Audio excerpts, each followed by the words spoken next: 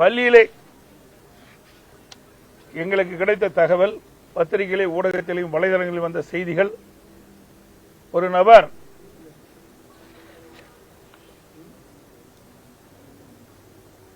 சர்ச்சைக்குரிய கருத்துக்களை தெரிவித்திருக்கின்றார். எப்படி அரசு உதவி பெறுகின்ற பள்ளியில் அந்த நிர்வாகத்துடைய அனுமதி இல்லாமல் எப்படி அவரை இந்த சர்ச்சைக்கு உரிய கருத்துக்களை தெரிவிக்க அனுமதித்தார் என்று தெரியவில்லை. அதிலே ஒரு மாற்றுத்திறனாளி அவரை ஏன் இப்படி சர்ச்சைக்குரிய கருத்துக்களை தெரிவிக்கின்றார் என்று கேள்வி கேட்ட பொழுது அவரை மாற்றுத்திறனாளி என்று பார்க்காமல் அவரை கொச்சைப்படுத்தி இழிவுபடுத்தி பேசியிருக்கிறார். இது வன்மையாக கண்டிக்கத்தக்கது. அதுவும் அவள் குறிப்பிட்டது, அந்த நபர் குறிப்பிட்டது ஒரு மன வேதனையான கடு சொற்கள். அந்த சர்ச்சைக்குரிய கருத்துக்களில் எங்களுக்கு கிடைத்த தகவலின்படி அவர் ஆண்டவனால் நீங்கள் இப்படி படைக்கப்பட்டிருக்கிறீர்கள், மாற்றுத்திறனாளியாக படைக்கப்பட்டிருக்கின்ற ஒரு கடுமையான சொல்லை பயன்படுத்துகின்றார். மாற்றுத்திறனாளிகளை மனித நேயத்தோடு பார்க்க வேண்டும், மனசாட்சியோடு பார்க்க வேண்டும். இந்த மண்ணிலே அவர்களுக்கு பல்வேறு சலுகைகளை அரசு செய்து கொடுத்து கொண்டிருந்தாலும் இப்படிப்பட்ட நபர்களால் அவர்களுடைய மனம் காயப்படுகின்ற அளவிற்கு பேசுவது கண்டனத்துக்குரிய என்பதையும் இந்த நேரத்தில் தெரிவித்து விரும்புகின்றேன். இந்த நபர் அண்மையில் நீங்க பாத்தீங்கன்னா அமைச்சரோட புகைப்படம் எடுத்திருக்கிறார். சர்ச்சைக்குரிய கருத்துக்களை தெரிவித்தவர். அதோடு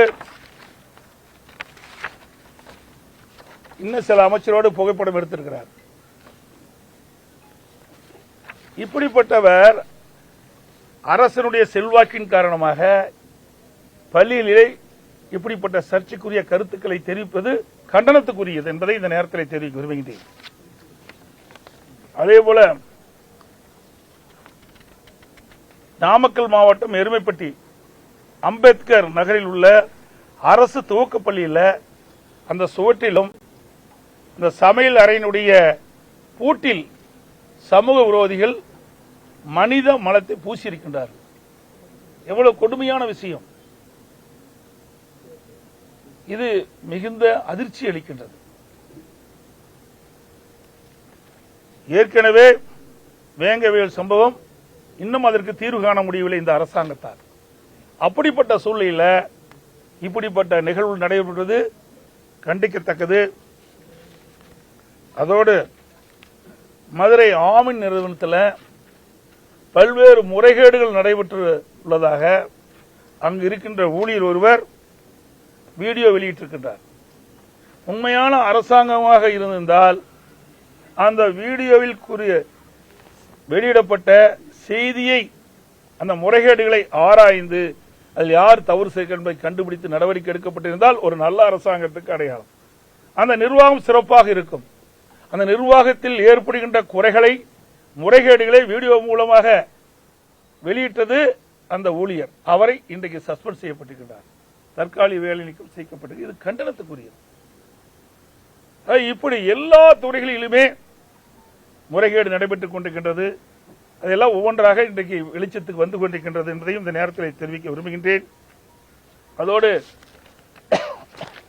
ஒட்டப்பிடாரம் பகுதி, தூத்துக்குடி மாவட்டம் ஒட்டப்பிடாரம் பகுதியிலிருந்து 2 படகில இன்றைக்கு மீன் பிடிக்க சென்ற அந்த மீனவர்கள் சுமார் 22 பேர் இலங்கை கடற்படையால் கைது செய்யப்பட்டு அவர்கள் நீதிமன்றத்தில் நிறுத்தப்பட்டிருக்கின்றார்கள். அதில் 12 பேர்களுக்கு தலா 42 லட்சம் ரூபாய் அபராதம் விதித்திருக்கின்றார்கள். இந்த அபராதத்தை கட்ட தேவையில்லை, 6 மாதம் சிறை தண்டனை என்று அறிவித்திருக்கின்றார்கள். இங்கு இருக்கின்ற மீனவர்கள் அவர்களை விடுவிக்க மத்திய மாநில அரசுக்கு தொடர்ந்து கோரிக்கை வைத்துக் கொண்டிருக்கின்றார்கள். அந்த கோரிக்கையை மத்திய மாநில அரசு இதுவரை நிறைவேற்றப்படவில்லை. அதோடு எஞ்சிய 10 மீனவர்களும் வருகிற 10ஆம் தேதி இந்த வழக்கு நீதிமன்றத்தில், இலங்கை நீதிமன்றத்தில் வர இருக்கிறது. ஆகவே மத்திய மாநில அரசு உடனடியாக இதை கவனம் செலுத்தி இன்றைக்கு இலங்கை அரசு அவர் மீது வழக்கு தொடர்ந்திருக்கிறது. இந்த வழக்கின் அடிப்படையில் தான் இந்த இலங்கையில் இருக்கிற நீதிமன்றம் இந்த அபராதத்தை கட்டத் தவறினால் சிறை தண்டனையும் விதிக்கப்படுவதாக தீர்ப்பு வழங்கியிருக்கிறார்கள். உடனடியாக அந்த மீனவர்களை இந்த அரசு, மத்திய மாநில அரசு அவளை விடுவிப்பதற்குண்டான நடவடிக்கை மேற்கொள்ள வேண்டும். படகை பறிமுதல் செய்திருக்கிறார்கள், அந்த படகையும் சம்பந்தப்பட்டவருக்கு வழங்கப்பட வேண்டும்.